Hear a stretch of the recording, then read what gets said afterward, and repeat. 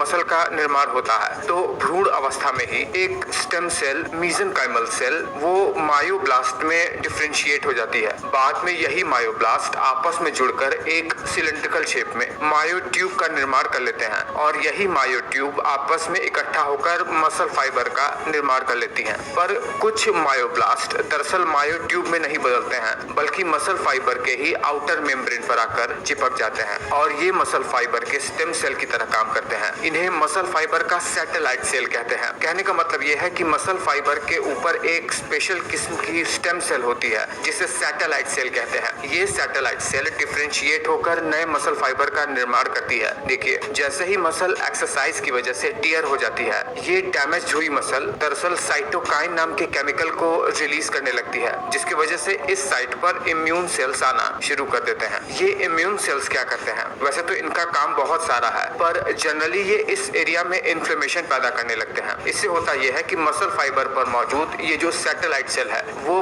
Proliferate करने लगती है, मतलब डिवाइड होकर अपनी संख्या बहुत ज्यादा बढ़ाने लगती है और इस सैटेलाइट सेल को प्रोलिफरेट होने के लिए प्रमोट करता है एक स्पेशल किस्म का सेल जिसे कहते हैं फाइब्रो एडिपोजेनिक प्रोजेनिटर, जो कि हमारे मसल में ही पाया जाता है। ये बहुत इंपॉर्टेंट है। ये सैटेलाइट सेल को एनर्जी प्रोवाइड कराता है, एक तरीके से इसे न्यूट्रिशन प्रोवाइड कराता है और इसे सपोर्ट करता है प्रोलिफरेट करने के लिए। देखिए, जब ये सैटेलाइट सेल प्रोलिफरेट होकर इस डैमेज्ड जगह पर आती है तो ये फ्यूज होकर आपस में मिलकर मसल फाइबर का निर्माण कर लेती है और ये जो डैमेज मसल है उसे रीबिल्ड कर देती है। अब देखिए, जाहिर सी बात है, मसल के निर्माण के लिए मतलब मसल बिल्ड करने के लिए अमीनो एसिड की आवश्यकता तो होती ही है काम भर की। अमीनो एसिड प्रोटीन के मोनोमर्स होते हैं, इन्हीं से मिलकर प्रोटीन बनता है। पर जितना ज्यादा जिम इंस्ट्रक्टर एडवर्टाइज करते हैं कुछ खास प्रकार के प्रोटीन का, उतना आपको आवश्यकता नहीं होती है। आप हेल्दी ग्रीन लीफी फूड खाइए, अच्छी नींद लीजिए ताकि ये सेल्स अपना काम कर सकें, बस मसल आपकी रीबिल्ड हो जाती है। अगर आप डेली जिम जाकर अपने मसल को टियर करते जाओगे और अच्छी नींद लोगे और न्यूट्रिशियस खाओगे तो धीरे धीरे आपके मसल का ग्रोथ बढ़ता जाएगा। पर एक बात आपको याद रखना है कि एक खास प्रकार का प्रोटीन है मायोस्टैटिन। ये हर व्यक्ति के शरीर में अलग अलग होता है अमाउंट में, जिसमें ये मायोस्टैटिन बहुत ज्यादा होता है। वो व्यक्ति एक लिमिट के बाद मसल ग्रोथ नहीं कर पाता है, क्योंकि मसल ग्रोथ करने के लिए मायोस्टैटिन एक इनहिबिटर की तरह काम करता है। सबका शरीर अलग अलग है और ये मायोस्टैटिन पूरी तरीके से जेनेटिक्स पर ही निर्भर करता है। फिलहाल ये वीडियो आपको कैसा लगा मुझे नीचे कमेंट करके